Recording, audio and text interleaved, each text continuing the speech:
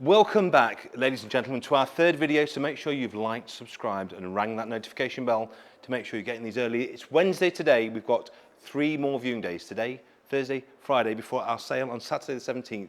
And I'm joined by my learned colleague and great mate, George, who has consigned some of these wonderful things you see before us. This is the alternative transport, George, isn't it? Yes, section. It's still got wheels. Yeah. Some of it's human powered, some of it's battery powered, and one or two have got something that isn't very environmentally friendly called petrol engines. Which we like those. We do like those very much. It was a trouble to start with. It was.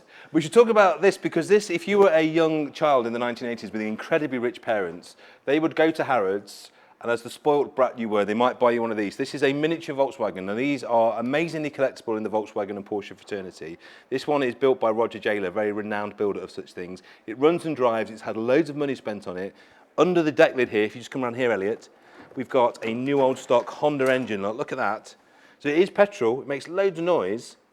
And as I say, if you were a very, very lucky child in the early 80s, your mum and dad would buy you one of these. There's a whole range of this kind of stuff.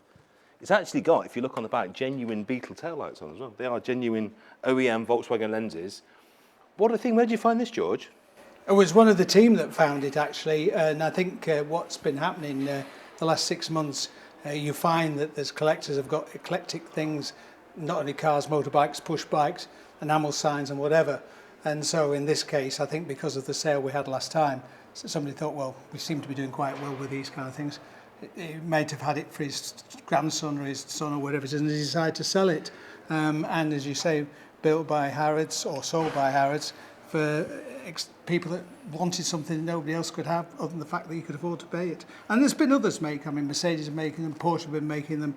They stand out. I mean, there's a Porsche Auto Union that they made for the dealership. They made 100. And they're fetching £11,000 and £12,000. I know, well, this is not cheap, but we should warn people, don't go thinking you're going to buy this and little Timmy's going to drive it around the lawn. This is a proper Honda engine in the back. This is rapid, isn't it? Yeah. This is not like one of those little electric things you used to get from Toys R Us. No. This is basically a go-kart with a body on it. Yeah. So prepare to lose your shins, legs and limbs if you let the kids drive this and drive it somewhere safe. Now what's really interesting, we have a real Beetle in this sale in our second video. We do. This is probably going to fetch more money than the real Beetle. We've got this estimated at 3 to 4 grand. Do you think Drew will agree with that? Well, no, we've got a little one. We've got a 69, which would be quite price worthy. The green one? Yeah, the green one. Yeah. We've also got a Carmen convertible, which is very, very special. Yeah, but yeah. I was just taking it as a VW. I thought I'd never go at dig for you. But Drew would fit in this one. This is very much his bag, actually. But 3 to 4 grand, if you're a Volkswagen collector or a Porsche collector, you already know what you're looking at. Very hard to find one at all. And this one's lovely, ready to go. Even got the tonneau look. It's brilliant. So you can park it outside. It's just amazing in your Volkswagen collection. Again, is. Another rarity, Suzuki LT50, nice all-round condition. Obviously been used and loved and enjoyed. Long-term dry stored. But again, a rare old thing, this. It's obviously a kid's quad bike or toy, but again, it's not like the thing you bought from Toys R Us. This is rapid machine, isn't it? Yeah, I mean, these are the kind of things that you'd find actually people like farmers, they'll have the bigger version of it for around in the sheep hub. And little Johnny or Fred or Peter or whatever his name might be, think, well, I want to follow my dad on his quad bike through the mud. And they buy things like this. But equal as well, you know, there's people that live in larger areas, you know, and they can take these to steam fairs and things like that. And you can have a lot of fun with it. Well, yeah, it's 2 strokes, so it makes all the right noises and goes equally quickly. And £500 to £1,000, you could take that home. Very collectible. These are just things, if you've got a she shed or a man cave, either actually use them for what they're meant to do, or like we've done here, just display them in the corner of your space, really. They're just wonderful things to look at, aren't they? Now, this is a BSA-style pedal car. So it's built and styled to replicate a 1930s BSA three-wheeler. Constructed around a metal frame. It's got pedal power, so it's very environmentally friendly. Looks like it's been beautifully brush painted at some point in its life. And it's a one-off, isn't it, George, that? Well, it is. I've been around long enough to see people that are very enterprising. I had a very good friend of mine that used to build pedal cars with 3-wheel Morgans. Yeah. And he built it for his son, and then people say, well, you build one for mine. And this, I think, fits that exact same thing. It's been well engineered. You can see there's a steel frame underneath, and there's obviously cycle mechanics, so it is. But, you know, the idea of it's made of wood, so it's never going to rust, but a fly screen, which is. And, you know, you could have that even if you had a barber shop and you wanted it in the shop window so it could be used as a display. A lot of these things... You could put kids in it so they'd sit still when you cut their hair. Well, just lots of things. It's really well made. I mean, it's beautifully crafted. That seat, it's all done by hand out of wood. Yeah. I mean, it would cost you a fortune to get a craftsman to do that. Yeah, And someone's obviously poured love into this. But the way they've mounted the mud guards on here, I mean, it's the man that made this knew what he wanted to do and achieved it. And I have to say this time, I was lucky enough when my father was alive, when I was about 4. Yeah. My prized position of me is in a pedal car, looking like a Bugatti. Did they have cars then? They did. Oh, wow. Yeah, and Okay. we did have electricity. Yeah, but and we also had running water. Did they? And you didn't have to go to the toilet in the back garden. I just thought it was just sticks and hoops and stuff like that. No, just, no. Okay. No, you've Okay. been reading the wrong books. You must understand that. But yeah, no. So that's that. The little Renault, again. Isn't this gorgeous? Yeah, all made We of should metal. point out that's no reserve, by the way, despite the amount of work that's clearly gone into that Yeah, and how yeah. beautifully done. That's no reserve, isn't it? It is no reserve. Yeah, so it's great. Well, the little Renault, lot 49 there, and I'm not quite sure how many made, but when Renault was basically 100 years old, of a race that took place from 1906, and this was made in 2006, with the little thing on the front of it, all metal, Renault badge on the front. It's just a lovely thing. And again, you know, if I had that, it would go in my stock. Well, yeah, if you're a Renault specialist, if you have a Renault dealership, I mean, that's a proper collectible, that, isn't Yeah, it? What a abso- wonderful thing. It is, So absolutely. it's obviously, it looks a lot older than it is, Yeah. but isn't that fabulous? And it's no reserve. Yeah, so a lot of great things there that you can buy.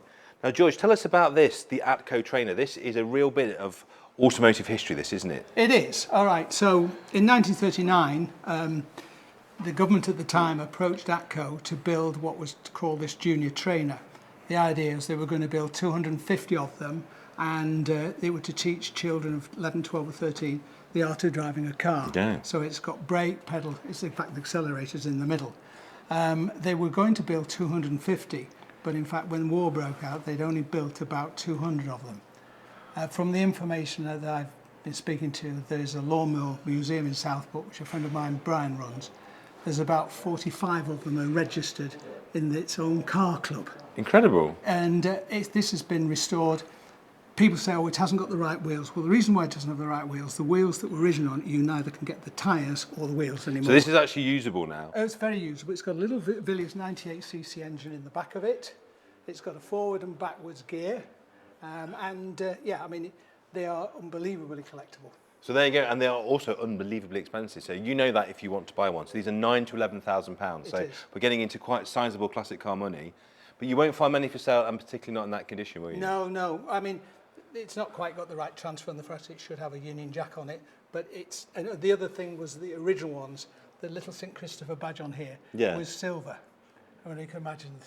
Yeah. It's very hard to find a St. I can imagine. Yeah, but no, but it's been nicely done. I love that. Now this is an interesting little thing. So again, Charles Electric car, no reserve, and another scratch built. Well, there's some very clever people about.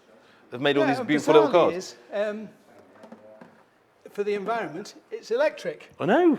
There's a big battery in the front here, so it literally is press and go. And again, you know, it looks a bit crude, but somebody's gone to a lot of trouble. Just look at putting the louvers in there. We've got louvers. We've got a shaped tin top. I'd imagine that is. You've got lovely wooden sides. Yeah. I mean, the work that's gone into that is just unreal, isn't it? Yeah, you wouldn't make that in 5 minutes, that's for sure. And that's what I like about something. It's been preserved. It's here, and it's had a life with somebody else, many people maybe, and it's time now for somebody else to enjoy it. You can have it as a static. You can have a place where you may sell lots of plants and things like that. You just imagine that at your reception, and you can see that. So you could use it as an advertising tool, and you could as well just admire it. But like we've done here, if you've got any kind of podium or raised area in your shop or pub or bar, whatever it is, this just looks great set dressing, all of this, isn't it? Oh, absolutely. It really is. 100%. Or use it and have fun with it. Yeah. Now, as a Nottingham lad, I need no introduction to the Rally Chopper, one of our finest exports. Now, this is a very special edition. This is the Mark III Ben Sherman limited edition. They only made 400 of these, we understand. So it's a later chopper. It's not the original 70s one. So you've lost the Mark III it is. Yeah, you've lost the classic T-shifter. But that's a very, very desirable thing. Again, nice fashion crossover. Desirable, collectible, and hard to find. Yeah, relatively hard to find. What I would say about it, looking at the tyres, they've had very little wear whatsoever. Sadly, the chrome on the mudguards neither needs redoing or get replacement mudguards. The rest of it, with a really good clean, would make a first-class machine. Oh, yeah. And I think that is no reserve as well. Just with a bit of time, you just look at the chain, it's still got the original wax on it. The chrome, it just needs cleaning, and the mudguards sorted out, and you've got something you could take and admire. You know, if you had a racing team, you want to be on a pit bike and around Open Park or something, great fun, something like that. It's very groovy, I have to say. And also, I think the Rally Chopper, if you look at the prices of the Mark 1s, which are now insane, more than cars in some cases, that could be a relative bargain for a chopper, couldn't it? It's going to be not as much as a Mark 1. Well, the new ones, the Mark 4s, which they brought out in August last year, right, ironically, people are keeping the boxes, right, and they're selling them for about £1,100. Crazy. With the box. Yeah. The box is worth more than the bike. That's how stupid it can be. So you went to your mum in the 1970s and said, Mum, can I have a chopper? And she goes, no, you can't have a chopper. We haven't quite got the budget for that. So she bought you instead a Halford Scrambler, which is what the kids that couldn't quite afford a chopper got, wasn't it? So basically, that's like a Tomahawk, isn't it? A Rally Tomahawk. Around this time, I mean, this is not taxing my knowledge too much, but I was brought up around push bikes, and my father had a bicycle shop, and we sold BSA motorbikes as well, but that's by and by. But the interesting thing about it is, not only did people like Halfords, but Currys, they'd commission having their own brand of bicycle made. And obviously Halford saw that the Rally Chopper, the Mark 1s, which came out in '68, were popular. So they decided they'd have one of their own, as you rightly said, as a cheaper brand. And as you can see, it's still got the Sturmey Archer 3-speed with the original T-shape control on the thing, on the handlebar. Now, I haven't been able to find another one around at the moment. How many they sold in the mid-70s, I have no idea. But for £150, clean it, put the new rim on it, some tyres, you could have a unique chopper version of something. So if you collect choppers, you'd want to check that as well. Would you know who I think might buy that? I'm massively into the Atco Volkswagen scene. We've got this, obviously, this whole basically rust look and rat look, they call it. Imagine if you've got an old, rusty, patinated Volkswagen camper and you get that running in commission, but leave it exactly as it is. That would look fantastic. And just for riding around the Volkswagen show. Yeah, we can imagine it on the roof rack, can't you? When you go to event, people are drooling. And what is it, by the way? A Halford. Well, Halfords now you go and get nuts and bolts and fuses. It used to be a proper bike shop, didn't it? It was, so was Currys as well. Back in the day. Now, rarities are plenty. This is interesting because my 2 or 3 favourite words in the English canon after no reserve is new old stock, basically. So this is new old stock. So an EPX Mako, new old stock carbon fibre mountain bike for all the people who love old, vintage and retro mountain bikes. This is going to be getting them very excited indeed, isn't it? Well, I think it's a very early on when manufacturers wanted to make machines lighter, and obviously making what I call this shape of frame, which is like cantilever, basically. Made of carbon fibre, lots of Italian lightweight hubs, suspension. I think it has something like 27 gears. 27 gears? Yeah. 9-speed block sprocket as well? Yeah. And that became available where you'd put 9 on the back and 3 in the hub. So it gave you the derivative. I was to imagine the amount of wear, the effort to get it going when you'd got it in the lowest gear, you'd almost be standing still. But new old stock, not many of them will have existed for sure in this country. In that condition, for the money that we're asking for, it would be something, as you say, special for somebody that wants to look into that part of the history of bicycling. Yeah, if you want to have the ultimate sort of, I guess, 90s, noughties collection, you want that in. It's £2,100 to £2,300 would be the estimate for that. And just very much of its time, isn't it? Both in the colour and the styling and the componentry. Yeah, well, it's a little moment in time. Well, when you got somebody like, I think it was in '92, Chris Boardman, and he rode one of the first carbon fibre bikes in the Olympics, which had some technology put into them by Lotus at the time. Yeah, I remember it, And it was, sorry about this, you know. I thought you might not have remembered that. No, I do, I remember it well. But so, you know, it was an era when bicycling was changing because of using more modern materials to make them, as I say, light, strong, and easy to maintain, to be quite honest with you as well. Very beautiful bike, that. Now, this is very interesting, because our eagle-eyed viewers will spot there is no chainring and sprocket on this bike, because it is driven, believe it or not, ladies and gents, by a shaft that runs down, actually, the chainstay at the back, isn't it? Yes. So, without giving too much of a history lesson about bicycling, around about the end of the 1890s, more and more bicycle manufacturers were looking to sort of save weight in some ways with machines, chains and things. And this was made in Germany by Dunkhoff, but FN in Belgium made one, and Rover in this country also made a shaft drive. So it's a bevel gear that goes, as you rightly said, through one of the stays to the back wheel. Spoon brake on the back. I've never seen one before. I've seen plenty of FNs, and I once tried to buy the Rover shaft drive. But it's very, very collectible, and it's a lovely machine for somebody that wants to have a bit of history that will never be repeated. But also very clever, because you don't get oil on your trouser leg, do you? No. What a great design. That's a really elegant bike. What a stylish thing. Now these do, as you say, fetch great money and are incredibly collectible. We've got that estimated at £2,200 to £2,400. But that's actually a very usable bike, isn't it? We obviously check all these things where we can to make sure they ride properly. That rides like a new bike. Yeah, the one thing you'd have to be careful with it, the tyres are what they call beaded edge. Yeah. So for somebody that knows about cars going back, even before I was born, tyres were put on with beaded edge, and so you have to nip it under and all the way around. The tyres are getting very hard to get. The last ones, no, were being made in Czechoslovakia. There's none been made in England. So you'd have to be very careful with it. But it's perfectly rideable. You can see the rims have been done at some stage. And again, it's a bit of history. It is a lovely thing. And the nice thing about all of these bikes, if you wanted to start a different collection, maybe you finished your car collection, you filled your workshop, you want to just add a bit of dressing, they don't take up much room, do they, any of these bikes? Well, hang them on the wall if you want. want. You couldn't come to my garage and say that because I've got quite a lot of push bikes. I need to come and visit, that's for sure. So that's lovely. More traditional in its architecture, but no less beautiful, is this Peugeot. So if you're a Peugeot collector, a Peugeot dealer, a Peugeot cycle enthusiast, this is a little glimpse of history back to 1899. Well, I mean, you can't believe this is a bike from 1899. It just looks like something from the from the 40s. Well, no, it's. But to me, it does as a novice. Well, absolutely it is. But the thing about it is, in terms of history, very quickly, by the 1900s, everybody was wanting to go a bit quicker. Yeah. Right, and there was a number of tracks set up in Britain where you could do racing round an oval track. In fact, Herne Hill is still down in London where they still do it every year. And basically, you didn't need brakes, you didn't need mudguards, and your gears were complicated. So if you look, the driving wheel here is a big old chain ring, that, isn't it? So it takes quite a bit of getting going. Yeah. Right, but once you've got that motor in, it will really go down very quickly. And so, as you can see, you get in that position now like that, and you know that's to stop your feet slipping off. They're called rat trap pedals. But look at the quality of the components and the chain, the quality. It's just it was Inch built. pitch chain. Yeah, isn't it gorgeous? So again, a little bit like the Dummkopf, that's going to be probably £2,000 and a bit, isn't it, to take that home? Is. Yeah, it is. But find me another in that condition. I think that'd be and cool. it's even got one of the original seats, which I think is from French. You being multilingual, can you tell me? Groupon guarantee, yeah, obviously, yeah, very much so, yeah. You knew that, didn't you? Absolutely. Yeah, it slipped off your tongue it did. so easily. Yeah, one of my favourite seat manufacturers. Was that while you were eating snails that happened? Very much.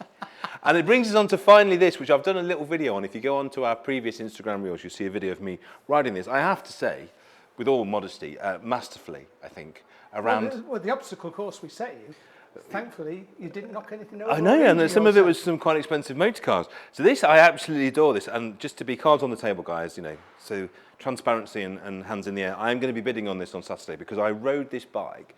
And what is amazing about this is the seat goes so far back because I have ridiculously long legs. So with very few exceptions, most bikes that I sit on, I don't really fit on. But this, because you can put the seat almost back into the next postcode, it almost goes to Liverpool, this seat, doesn't it, from Runcorn. You can make this incredibly comfortable to ride. It's also got an amazing balance point. So you may see on the video that I've been riding this, you can ride it really slowly, but slower than a normal bike. I just found it an amazing thing. So this is the Bikey recumbent. Bit of a story with these, isn't there? Yeah, well, recumbrance basically is you're reclining, which was all about. And in other words, instead of your wheels going up and down, your feet going up and down there, you're in a reclining position. This is a two-wheel version of them with, again, 24 gears or something like that. But there's some that are with four-wheel drives. There's also some that we can take two people as well. Yeah. In fact, one of my neighbours has got one which has got the four wheels on, and he has a flag. So when he's going along, because you're quite low, you can go see him going past the cars. But they are unbelievably relaxed to ride. Oh, I just love it. I want to take it on somewhere like Centre Parks and just waft about. You do need it, don't you? About 5 litres of chain cleaner and chain lube every time you do a service. It's the longest chain I've ever seen. Well, it is the longest chain. I don't think you want to put too much oil on it because otherwise you'll be chaining your trousers and your socks or everything every time you go out. No, I mean, with the modern oils, of course, you can put some oil on it, but you don't need to be like the old days where you're out with your 3-in-1 every time you took it out. But it again, is another little bit of history and it is in really very good condition. And it's no reserve. I know, which is my favourite thing. So I'm going to have a little bid on that. Maybe you want to bid against me. We can bid together and see who is the worthy winner. Now, finally, Go on. I would like to show you what I believe is the star of this sale. Right. It's dating back to 1886. Come this way. Come with me. Come with me. Get ready for this. Right, George, now you have consigned this. You have found some amazing things for this auction over the last few years. I think you've excelled yourself with this. This Of all the things you've brought in, I think this is the most wonderful. Please tell me the story of this. This is a tandem, isn't it? Tandem trike. Yes, it is exactly a tandem trike. It dates from 1886, built by a company called Quadrant, which was based in Sheepcote area of Birmingham in the 1880s. It's a Model 15, so they've made 14 other different versions of it from their conception. This is an exceptional machine. The detail, the effort that's gone into building it, and all the things that it has is amazing. Quickly, you can adjust the handlebars up and down and different angles. Bring the seat up and down, so it's somebody's shorter legs. If you're very long, you can alter the cranks, so by bringing the pedals here. Oh, well, you can actually change the stroke of the crank, can't you? Exactly. Something they inherited actually from penny farthings. But when you're going downhill, you can coast, you put your feet on here. Look how they put the protectors on there. Yeah. Everything is adjustable. And the interesting thing about it was, I was reading that the roads in those conditions, roads, cart tracks, cobbles for horse and things, the steering. Oh, they steer together? Yes, they do. So, but it goes centrally right down there. So whereas bikes often steer from up here, Yeah. right, they steer down there. So that means I can steer from the back. So if you fall asleep on the front, I can not only pedal you home back from the pub, but I can actually steer us back as well. Exactly You can right. slump over your picnic basket. Exactly. Right, so that is very much a feature. That, funny enough, is a little mud guard to stop the mud splashing up on you, which is quite interesting, isn't it? Beautifully detailed, isn't it? Now, in here I love is this gear system where, in fact, you can see the massive chain that goes there, and then it obviously drives, this one drives from the person at the back, is obviously, so they're linked together. All this is linked together with ball bearings and races. It's gorgeous. It's beautifully engineered in every way. And anybody that knows about how cars brake, it actually has a brake here that like grabs it with leather. So, I can see. Like, and Mind your fingers. You used to see cars. Yeah. Used to do it on the prop shafts. So either I can do that with my foot, or you as the driver can do it with your hand. Yeah, exactly. God, you can. I see what you mean about the ball races and the It's freedom of movement. Beautiful. And in the day, when you think in Britain, in the areas like Wolverhampton, Birmingham and Coventry, there was probably something like 300 manufacturers making bicycles. Yeah. There's no motorcycles, no cars, and they were all trying to outdo everything.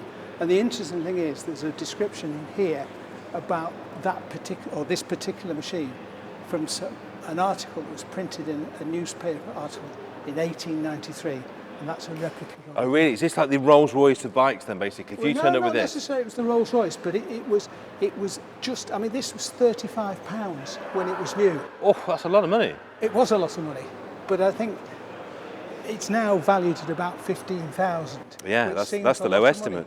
But I went into a local bicycle shop here to get a tyre for one of those machines, which cost £7.50 for the tube.